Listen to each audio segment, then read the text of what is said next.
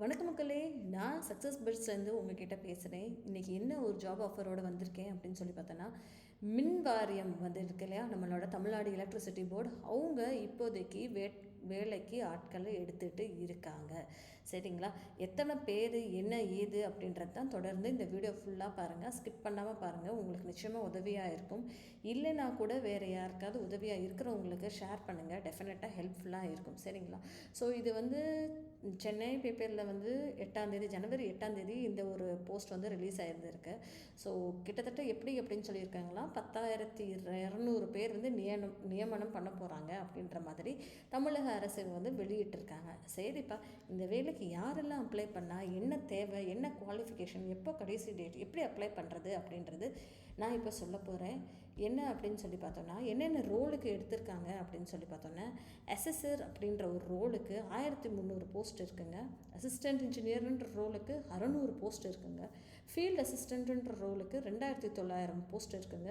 Junior assistant ரோலுக்கு 500 post இருக்குங்க.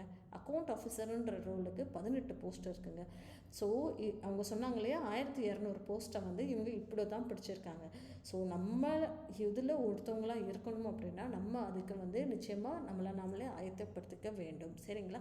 So educational qualification அப்படின்னு சொல்லி பார்த்தோம் அப்படின்னா, யாரெல்லாம் இதுக்கு அப்ளை பண்ணால் அப்படின்னா, 8th படித்தவங்க, 10th படித்தவங்க, 12th படித்தவங்க, டிப்ளமோ முடிச்சிருக்கவங்க, இல்லை வேறு ஏதாவது ஒரு டிகிரி இருந்தாலும் பரவாயில்லப்பா அப்படின்னு நினைக்கிறவங்களுமே இந்த ஒரு போஸ்ட்டுக்கு நீங்கள் டெஃபினட்டாக அப்ளை பண்ணலாம். சரிங்களா?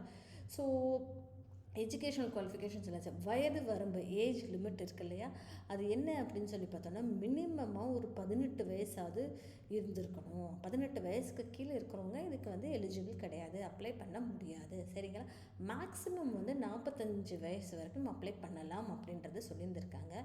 அண்ட் ஒன் மோர் பாயிண்ட், இதில் நமக்கு என்ன ஒரு நம்ம ஏஜ் சார்ந்த ரிலாக்ஸேஷன் எல்லாமே அந்த லிங்க்கில் நான் கொடுக்குறேன். கீழே டிஸ்கிரிப்ஷன் பாக்ஸில் எப்படி அப்ளை பண்ணுறது என்ன ஏதுன்னு சொல்லி நான் லிங்க்கை வந்து கீழே டிஸ்கிரிப்ஷன் பாக்ஸில் கொடுக்குறேன்.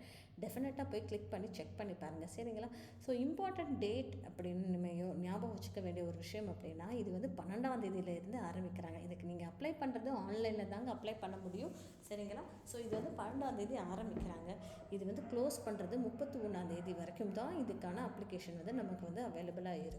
நம்ம அதுக்குள்ளே வந்து அப்ளை பண்ணி ஆகணும் அப்படின்றது தான் இவங்க இப்போதைக்கு நமக்கு வெளியிட்ட ஒரு விஷயம். சரிங்களா? ஸோ இந்த மாதிரி ரெகுலராக ஜாப் ரிலேட்டட் விஷயங்கள் எங்கெங்கே வேலைகள் இருக்குது, அது வந்து ஐடி செக்டராக இருந்தாலும் சரி, அது வந்து கவர்மெண்ட் ரிலேட்டடாக இருந்தாலும் சரி, என்னோடய சேனலில் ரெகுலராக உங்களுக்கு நோட்டிஃபிகேஷன்ஸ் வந்துகிட்டே இருக்கும். சப்ஸ்கிரைப் பண்ணிக்கோங்க, அந்த பெல் ஐக்கனை கிளிக் பண்ணிக்கோங்க. தேங்க்யூ மக்களே.